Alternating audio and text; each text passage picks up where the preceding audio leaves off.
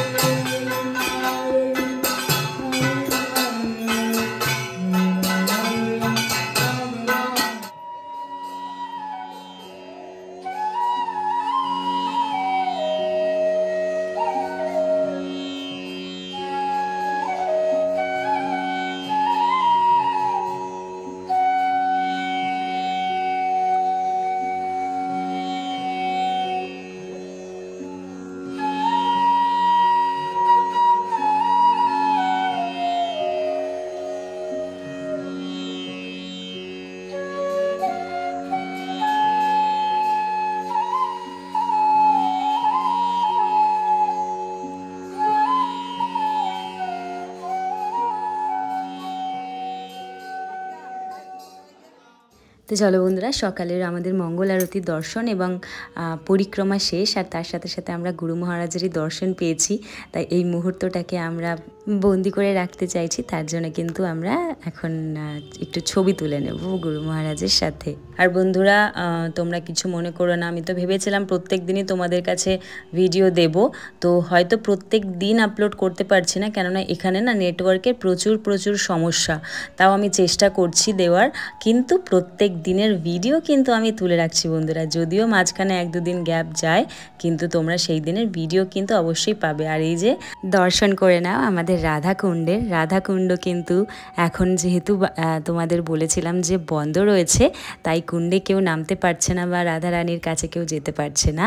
তবে হ্যাঁ, আমরা খোঁজ নিয়েছি 12 তারিখে কুণ্ড খুলে দিচ্ছে, তারপরে কিন্তু আমরা কুণ্ডে গিয়ে বসতেও পারবো আর স্নানও করতে পারবো। এখন কিন্তু তৈরি হয়ে গেছি গিরিরাজ পরিক্রমার উদ্দেশ্যে, গোবর্ধন পরিক্রমার উদ্দেশ্যে বেরোনোর জন্য। তো বন্ধুরা, আমার রাধা গোবিন্দ এবং গুরু মহারাজের কৃপায় কিন্তু পরিক্রমা আমরা শুরু করেছি।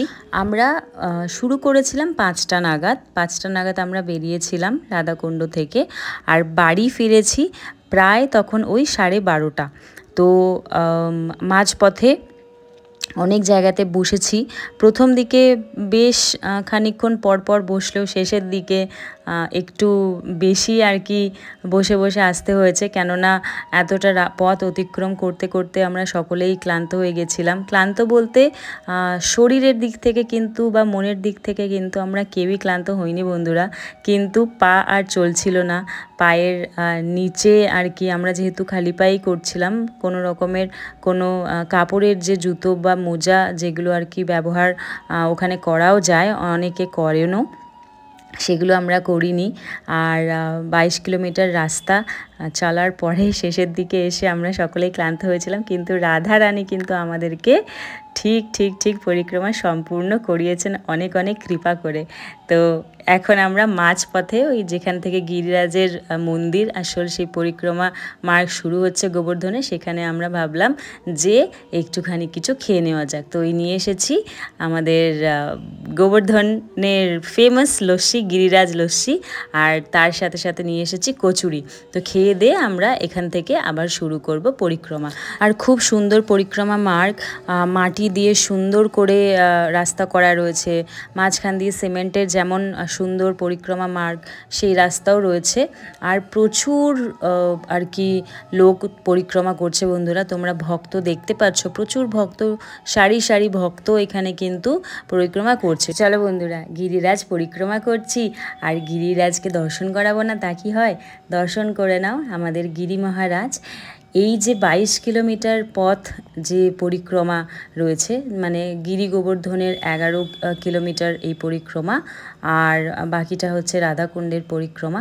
তো এই পরিক্রমা করতে করতে এটাই খালি মাথায় আসলো যে এত বড় গিরিরাজ, এত বড় গিরি গোবর্ধন পর্বতকে কিন্তু আমাদের সেই ছোট্ট ভগবান শ্রীকৃষ্ণ নিজের কড়ি আঙুলে ধরে রেখেছিলেন, আর সেখানে সমস্ত ব্রজবাসী গণকে কিন্তু তিনি রক্ষা করেছিলেন ইন্দ্রদেবের প্রচণ্ড প্রকোপ থেকে। ভাবলেও অদ্ভুত লাগে, তাই না বন্ধুরা? হয়তো এই সমস্ত জিনিসগুলো আমাদের কল্পনারও বাইরে, আমাদের কল্পনারও একটা সীমা রয়েছে, কিন্তু ভগবানের লীলা এবং সেগুলো শ্রবণ করা, সেগুলোর কিন্তু কোনো রকমের কোনো সীমা নেই। তো আমরা এই মাঝপথে আরেক জায়গায় বসে গেছিলাম, আর মানে পুরো রাস্তা জুড়েই কিন্তু অনেক জায়গাতে ভান্ডারা দেওয়া হচ্ছে, প্রসাদ দেওয়া হচ্ছে, জল দেওয়া হচ্ছে, জুস, কোনো রকমের অসুবিধে নেই বন্ধুরা। টয়লেটসও রয়েছে। তো আমরা বারবার বসছিলাম আর হাঁটছিলাম, তবে হ্যাঁ, একবার বসে পড়লে তারপরে আবার উঠে চলতে আরও বেশি কষ্ট হচ্ছিল। এই যে দেখছো আমরা যেখানে বসে আছি, এটা হচ্ছে মেঠো পথ, আর নিচে দিয়ে আর কি সিমেন্টের যেমন রাস্তা হয় সেটা। তো মানুষজনের কিন্তু অভাব নেই বন্ধুরা।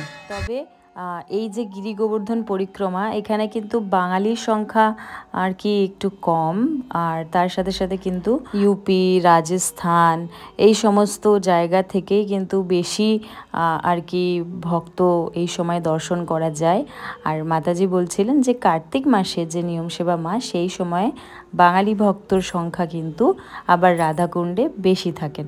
তো মাঝখানে একটু আখের রস খেয়ে নিয়েছিলাম, নিয়ে আবার কিছুটা রাস্তা এখনও বাকি আছে, কিছুটা বলতে বেশ খানিকটা রাস্তাই বাকি রয়েছে পরিক্রমা মার্গ সম্পন্ন করতে। তো চলো বন্ধুরা, প্রায় আমরা চলে এসেছি, আর মাত্র শেষের 4 কিলোমিটার বাকি রয়েছে, 4-4.5 কিলোমিটার।